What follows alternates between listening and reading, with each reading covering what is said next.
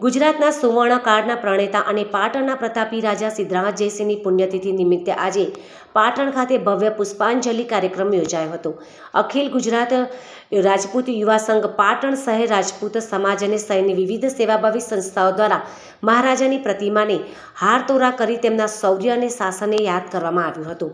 મહારાજા સિદ્ધરાજ જયસિંહ સોલંકી વંશના સૌથી શક્તિશાળી શાસક હતા. તેમણે ગુજરાતની સીમાઓને વિસ્તાર કર્યો અને પાટણને વિદ્યા તથા કલાનું કેન્દ્ર બનાવ્યું. તેમના શાસનકાળ દરમિયાન જ વિશ્વ પ્રસિદ્ધ સહસ્ત્રલિંગ તળાવનું પણ નિર્માણ થયું હતું. તેમણે અવંતીનાથ, બર્બરક, જીષ્ણુ અને સિદ્ધ ચક્રવર્તી જેવા બિરુદો ધારણ કર્યા હતા. તેમના સમયમાં હેમચંદ્રાચાર્ય દ્વારા સિદ્ધહેમ શબ્દાનુશાસન ગ્રંથની રચના પણ થઈ હતી, જેની શોભાયાત્રા હાથી પર કાઢવામાં આવી હતી. આ પ્રસંગે રાજપૂત સમાજના અગ્રણીઓ અને યુવાનો મોટી સંખ્યામાં એકત્રિત થયા હતા. ઉપસ્થિત મહાનુભાવોએ જણાવ્યું હતું કે સિદ્ધરાજ જયસિંહ માત્ર એક રાજા નહોતો, પરંતુ ન્યાયપ્રિય અને પ્રજાવાત્સલ્ય શાસક હતા. તેમના શાસનકાળમાં પાટણ સમગ્ર ભારતમાં ગૌરવવંતું સ્થાન ધરાવતું હતું. અખિલ ગુજરાત રાજપૂત યુવા સંઘના સભ્યોએ મહારાજાના જીવનમાંથી પ્રેરણા લઈ સમાજ અને રાષ્ટ્ર નિર્માણમાં ફાળો આપવાના શપથ લીધા હતા. આ તકે શહેરની વિવિધ સામાજિક સંસ્થાઓના પ્રતિનિધિઓએ પણ ઉપસ્થિત રહીને મહારાજાની પ્રતિમાને પુષ્પાંજલિ અર્પણ કર્યા હતા.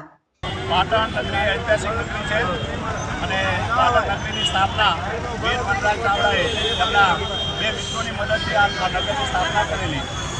મિત્રતાનું સૌથી મોટું ઉદાહરણ એટલે અણહિલપુર પાટણ કહેવામાં આવે છે. કાંપા વાણિયા અને અણહિલ ભરવાડના બંને મિત્રો નામ ઉપરથી આખા નગરનું નામ ઐતિહાસિક નગર અણહિલપુર પાટણ રાખવામાં આવેલું. આ પાટણ નગર ઉપર પાટણની સ્થાપના વિક્રમ સંવત 802 મહાવત ચાવડાએ કરેલી.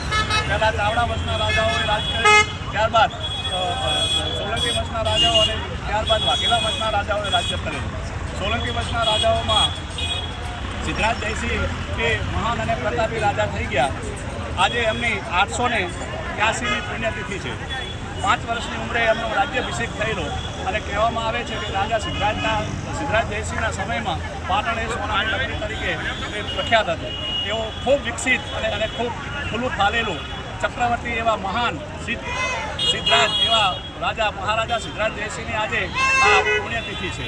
એક વાત એ કહેવા માગું છું કે સિદ્ધરાજ જયસિંહનો કહેવામાં આવે છે કે 52 વર્ષની ઉંમરે એમને જળ સમાધિ લીધી એવી લોકવાયકા કહેવામાં આવે છે. પણ એવો મહાન અને પ્રતાપી રાજા હતા. લોકોને એટલો બધો પ્રેમ હતો કે છેલ્લા 8 વર્ષ બાદ કરતાં 10 વર્ષ બાદ કરતાં સિદ્ધપુર અને પાટણમાં પતંગ અને ઉત્તરાયણનો તહેવાર કરવામાં આવતો નહીં અને લોકો પતંગ ઉડાડી અને આનંદ ન લેતા.